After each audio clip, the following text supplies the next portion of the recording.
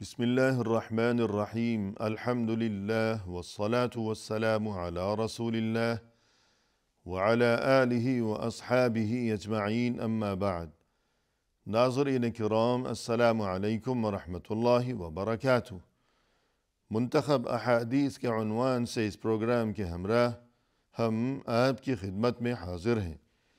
آج کی اس ملاقات میں ہم آغاز کر رہے ہیں اس حدیث سے کہ جس کا نمبر ہے 4،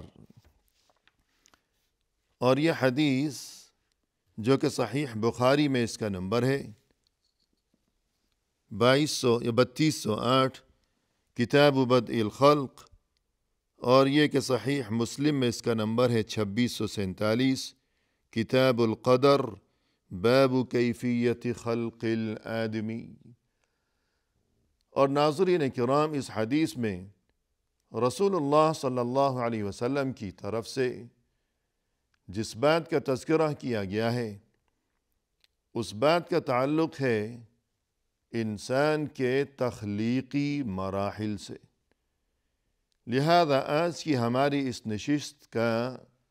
عنوان یہی ہے کہ انسان کے تخلیقی مراحل، اور یہ کہ رسول اللہ صلی اللہ علیہ وسلم کی جانب سے اس گفتگو کا اور ان ارشادات کا اصل مقصد یہی ہے کہ انسان اپنے بارے میں غور و فکر کرے اور یہ کہ سبق حاصل کرے اور اس بات کو سمجھے اور یاد رکھے کہ میں کن کن مراحل سے گزر کر اس دنیا میں آیا ہوں،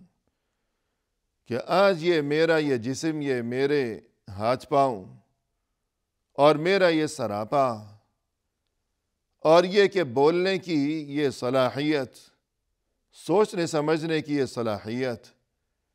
اور یہ میری قوت بینائی، میری یہ آنکھیں، اور میری یہ سماعت، یہ بصارت، یہ میرے کان، یہ میرا دل، یہ تمام تر میرا جسم، یہ اللہ کی طرف سے یہ قیمتی ترین نعمتیں جو مجھے آج میسر ہیں بغیر مانگے ہوئے۔ تو میرا یہ جسم اس دنیا میں آنے سے قبل کہاں تھا، کس کیفیت میں تھا، اور یہ کہ کن کن اور کیسے کیسے مراحل سے اور کیسی کیسی شکلوں سے گزرنے کے بعد مجھے اللہ کے حکم سے، اللہ کی قدرت سے اور اللہ کے فضل و کرم سے اس حال میں، اس کیفیت میں، اس دنیا میں پہنچایا گیا ہے، بھیجا گیا ہے۔ اور پھر مزید یہ کہ میں کہاں جا رہا ہوں، کہاں سے آیا ہوں، اور یہ کہ میں کہاں جا رہا ہوں، میرا انجام کیا ہوگا، میری آخری منزل کیا ہوگی، میرا آخری ٹھکانہ کیا ہوگا۔ انسان ان تمام باتوں کے بارے میں غور و فکر کیا کرے اور یہ کہ عبرت اور نصیحت حاصل کیا کرے۔ عن عبد الله بن مسعود رضي الله عنه قال: حدثنا رسول الله صلى الله عليه وسلم وهو الصادق المصدوق۔ رسول اللہ صلی اللہ علیہ وسلم کے یہ جلیل القدر صحابی کہ جن کا نام نامی اور اسم گرامی ہے عبداللہ بن مسعود رضی اللہ عنہ، یہ فرماتے ہیں کہ رسول اللہ صلی اللہ علیہ وسلم نے ہمیں یہ بات بتائی ہے، آپ صلی اللہ علیہ وسلم جو کہ الصادق المصدوق ہیں، صادق بھی ہیں یعنی انتہائی سچے، اور مصدوق بھی ہیں یعنی ان کی شان یہ ہے کہ وہ جو کچھ بھی ارشاد فرماتے ہیں اللہ کی طرف سے، ہمیں جو کچھ بھی باتیں بتایا کرتے ہیں، ہم بغیر کسی شک و شبہے کے، بغیر کسی حیل و حجت کے، بغیر کسی ٹال مٹول کے، ہم فوری طور پر دل و جان سے اس کی تصدیق کیا کرتے ہیں، اسے قبول کرتے ہیں، اسے تسلیم کیا کرتے ہیں۔ تو صادق کے معنی ہو گئے سچا، کہ آپ صلی اللہ علیہ وسلم سچے ہیں، جو کچھ بھی ارشاد فرماتے ہیں سچ ہی فرماتے ہیں۔ اور مصدوق کے معنی ہو گئے کہ جس کی تصدیق کی جاتی ہے، یعنی آپ صلی اللہ علیہ وسلم جو کچھ بھی ارشاد فرماتے ہیں ہم بلا چون و چرا اس کی تصدیق کرتے ہیں، اسے سچا قبول کرتے ہیں دل و جان سے۔ تو ظاہر ہے کہ تمام صحابہ کرام اور یہ کہ پوری امت، ہر امتی، ہر مسلمان کی کیفیت تو یہی ہے کہ وہ رسول اللہ صلی اللہ علیہ وسلم کی طرف سے ہر ارشاد، آپ کی ہر حدیث مبارک، آپ کی ہر ایک پاکیزہ تعلیم، جو کچھ بھی آپ صلی اللہ علیہ وسلم کی طرف سے ارشادات ہیں، فرمودات ہیں، تو ہر مسلمان کی تو صورتحال یہی ہے کہ وہ بلا چون و چرا قبول کرتا ہے، سر تسلیم خم کیا کرتا ہے۔ تو پھر یہاں یہ حدیث بیان کرتے وقت بطور خاص عبداللہ ابن مسعود رضی اللہ عنہ نے یہ الفاظ کیوں ارشاد فرمائے کہ رسول اللہ صلی اللہ علیہ وسلم نے ہمیں یہ بات بتائی ہے، وہ نبی برحق کہ جو الصادق المصدوق ہیں، سچے ہیں، اور جن کی تصدیق کی جاتی ہے۔ بطور خاص یہاں یہ حدیث بیان کرتے وقت عبداللہ ابن مسعود رضی اللہ عنہ نے یہ ارشاد، یعنی الصادق المصدوق، یہ دونوں باتیں آپ صلی اللہ علیہ وسلم کی شان میں اس لیے بیان فرمائیں کہ آگے اس حدیث میں جن باتوں کا تذکرہ ہے، رسول اللہ صلی اللہ علیہ وسلم نے اس حدیث مبارک میں جو باتیں بتائی ہیں، ارشاد فرمائی ہیں، وہ ایسی باتیں ہیں کہ وہ نظر آنے والی نہیں ہیں۔ ان باتوں کا یا ان چیزوں کا تعلق ہے عالم غیب سے، غائبانہ چیزیں کہ انسان ابھی اس دنیا میں نہیں آیا، کہ وہ آنکھوں سے پوشیدہ ہے، کوئی اسے دیکھ نہیں سکتا، وہ نظروں سے پوشیدہ ہے۔ اگرچہ یہ اور بات ہے کہ آج کے اس جدید دور میں اگر کوئی انسان مشینوں کے ذریعے، جدید آلات کے ذریعے اسے دیکھ لے شکم مادر میں، کہ جب وہ ابھی اس دنیا میں نہیں آیا بلکہ وہ ابھی تک اپنی ماں کے وجود کا حصہ ہے، وہیں مخفی ہے، چھپا ہوا ہے۔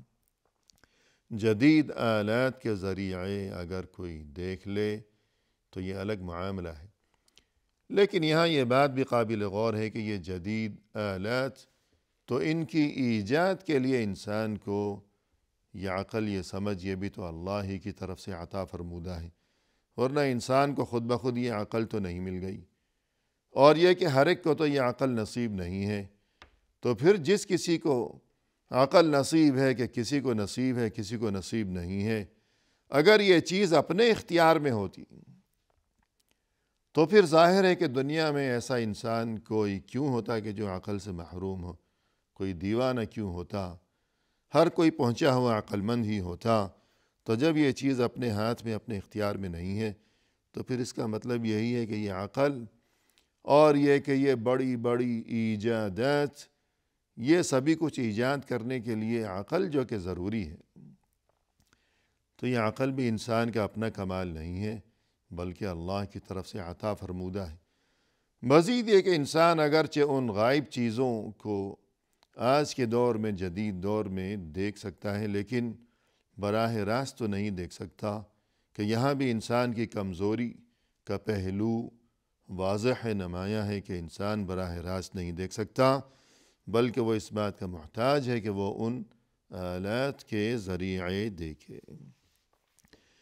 جبکہ رسول اللہ صلی اللہ علیہ وسلم نے یہ تمام چیزیں جو کہ پوشیدہ ہیں، کہ انسان ابھی تک اس دنیا میں نہیں آیا، تو آپ صلی اللہ علیہ وسلم نے اللہ کی قدرت سے اور یہ کہ بطور معجزہ یہ چیزیں اس دور میں یعنی 8 سے 1442 سال قبل یہ چیزیں بیان فرمائیں۔ تو چونکہ یہ ایسی چیزیں ہیں کہ جو پوشیدہ ہیں، نظر نہیں آتی، لہذا دیکھے بغیر ہم ان باتوں کی تصدیق کرتے ہیں، انہیں سچا مانتے ہیں، درست مانتے ہیں کہ جو رسول صلی اللہ علیہ وسلم نے اس حدیث میں ہمیں بتائی ہیں۔ فرمایا آپ صلی اللہ علیہ وسلم نے ان احدکم یجمع خلقہ فی بطن امہ 40 یوما، تم میں سے ہر ایک کو پیدائش سے پہلے شکم مادر میں، یعنی جب وہ اپنی ماں کے وجود کا حصہ ہے تو وہاں اسے اللہ کے حکم سے رکھا جاتا ہے 40 دن۔ 40 دن وہ وہاں نطفے کی شکل میں رہتا ہے شکم مادر میں۔ ثم یکون علقۃ مثل ذلک، پھر وہ اتنی ہی مدت یعنی 40 دن وہاں وہ رہتا ہے علقہ، یعنی جمے ہوئے خون کی شکل میں۔ علقہ دم غلیظ، یعنی گاڑھا خون یا جمع ہوا خون۔ 40 دن ہی وہ وہاں علقہ یعنی جمع ہوئے خون کی شکل میں رہتا ہے۔ ثم یکون مضغۃ مثل ذلک، پھر وہ مضغہ یعنی گوشت کے لوتھڑے کی شکل میں رہتا ہے۔ گوشت کا لوتھڑا یعنی گوشت کا ایسا ٹکڑا کہ جو ابھی صرف گوشت کا ٹکڑا ہی ہے، کہ اس میں کوئی ہڈیاں وغیرہ ابھی پیدا نہیں ہوئی۔ تو یوں اس شکل میں وہ وہاں رہتا ہے۔ تو جب یہ مدت پوری ہو چکی تو اس کے بعد یہ کہ اس میں ہڈیاں وغیرہ یہ تمام چیزیں اللہ کے حکم سے گویا اس کی جسمانی تخلیق تقریباً مکمل ہو گئی۔ پہلے 40 دن نطفے کی شکل میں، پھر 40 دن علقہ یعنی جمے ہوئے خون کی شکل میں، اس کے بعد 40 دن مضغہ یعنی گوشت کے لوتھڑے کی شکل میں۔ 40 پھر 40 پھر 40، 3 مرتبہ 40، یہ کتنے ہو گئے؟ یہ ہو گئے 120۔ 40 40 40 120 دن۔ 120 دن جب گزر چکے، یعنی کتنے مہینے؟ 30 دن کا ایک مہینہ، اور یہ کہ 30 چوکے 120، 4 مہینے۔ 4 مہینے جب اسے وہاں گزر چکے ہیں دنیا میں آنے سے پہلے، جب یہ شکم مادر میں ہے، اپنی ماں کے وجود کا حصہ ہے، 120 دن اسے وہاں پورے ہو چکے، یعنی 4 مہینے۔ اب اللہ کے حکم سے کیا معاملہ ہوتا ہے؟ یرسل اللہ تعالی الیہ الملک فینفخ فیہ الروح، تب اللہ وہاں ایک فرشتے کو بھیجتا ہے، اور وہ فرشتہ وہاں اللہ کے حکم سے اس میں روح پھونکتا ہے۔ جب 120 دن گزر گئے یعنی 4 مہینے، تب وہاں فرشتہ آتا ہے۔ ناظرین کرام، فرشتہ آتا ہے۔ کہاں سے آیا، کب آیا، کسی کو بھی نظر نہیں آیا۔ اسی طرح جب انسان اس دنیا سے جائے گا تو فرشتہ ہی آئے گا اس کی روح قبض کرنے کے لیے۔ سبھی وہاں بیٹھے ہوئے ہیں، وہ افراد خانہ ہیں، اس کے عزیز و احباب، اس کے بیوی بچے یا ماں باپ، بھائی بہن جو بھی ہیں، یا اگر ہاسپٹل میں ہے تو وہاں اسٹاف موجود ہے، ڈاکٹر ہیں، سبھی ہیں۔ فرشتہ کب آیا، کہاں سے آیا، کسی کو کچھ نظر ہی نہیں آیا، لیکن یہ کہ فرشتہ آیا ہے روح قبض کرنے کے لیے۔ اور یہ کہ جیسا کہ قرآن کریم میں اللہ سبحانہ وتعالی نے ارشاد فرمایا کہ وَنَحْنُ أَقْرَبُ إِلَيْهِ مِنْكُمْ وَلَكِنْ لَا تُبْصِرُونَ، کہ اس وقت کہ جب اس کی جان تمام جسم سے گزرنے کے بعد اس کے گلے میں آ پہنچی ہے، فَلَوْلَا إِذَا بَلَغَتِ الْحُلْقُومَ، حلقوم یعنی گلے میں اس کی روح، اس کی جان آ چکی ہے، وَأَنْتُمْ حِينَئِذٍ تَنْظُرُونَ، تم وہاں بیٹھے ہوئے دیکھ رہے ہو. وَنَحْنُ أَقْرَبُ إِلَيْهِ مِنْكُمْ وَلَكِنْ لَا تُبْصِرُونَ، اس وقت تم سے بھی زیادہ ہم اس کے قریب ہیں لیکن تم ہمیں دیکھ نہیں سکتے. اللہ وہاں تم سے بھی زیادہ قریب ہے کہ اس کے عزیز و احباب وغیرہ سبھی وہاں موجود ہیں، اور ان سبھی کو اس سے کہ وہ اپنی آنکھوں سے دیکھ رہے ہیں کہ اس کی روح نکلے چلی جا رہی ہے، کہ ارے کوئی اسے بچائے، اس کی جان نکلے چلی جا رہی ہے. اور یہ کہ وہ اس کی جان بچانا چاہتے ہیں، اسے بچانا چاہتے ہیں، انہیں اس سے بہت زیادہ محبت ہے، اسے بچانا چاہتے ہیں، دیکھ رہے ہیں کہ اس کی جان نکلی چلی جا رہی ہے اور ان کے سامنے وہ بیٹھا ہے، وہ لیٹا ہے یا جو بھی ہے، لیکن وہ اس کی جان بچا نہیں سکتے. مجبور، اللہ کے حکم کے سامنے مجبور. تو فرشتہ آیا، کسی کو نظر ہی نہیں آیا. تو اسی طرح جب انسان کی ابتدا ہے، انتہا جب ہے، تب بھی فرشتہ آیا. اور جب ابتدا ہوئی تھی اس کی زندگی کی، جب روح پھونکی گئی تھی، تب بھی فرشتہ ہی آیا تھا، کسی کو نظر نہیں آیا. یہاں تک کہ بچے کی جو ماں ہے، کہ جس کے وجود کے اندر یہ پل رہا ہے، اسے بھی نظر نہیں آیا. لیکن فرشتہ کس طرح، یہ اللہ کی قدرت کہ فرشتہ وہاں آیا اور کیسے اس مقام تک پہنچا کہ جو مقام نظر ہی نہیں آ رہا، کہ وہ مقام جو کہ مخفی ہے، جو جسم کے اندر ہے، وہاں وہ فرشتہ پہنچا اور وہاں اس نے اللہ کے حکم سے اس بچے میں روح پھونکی. یہ ہے ہماری ابتدا، یہ ہے ہماری حیثیت. پہلے 40 دن نطفہ ہے، پانی کا ایک قطرہ، پھر 40 دن کیا ہے، علقہ ہے، جمع ہوا خون، پھر 40 دن مضغہ یعنی گوشت کا لوتھڑا، اور اس کے بعد یہ کہ فرشتہ وہاں آیا تھا ہمارے پاس، اس نے روح پھونکی تھی. جس طرح اس نے روح پھونکی تھی اسی طرح ایک دن آئے گا کہ جب وہ یہ پھونکی ہوئی روح واپس لینے کے لیے آ جائے گا، واپس نکال لے جائے گا یہ روح، اور ہم دیکھتے ہی رہ جائیں گے. اس حدیث کا بقیہ حصہ لیے ہوئے انشاءاللہ ناظرین کرام ہم حاضر خدمت ہوں گے. اس وقت تک کے لیے فی امان اللہ، وآخر دعوانا ان الحمد للہ رب العالمین.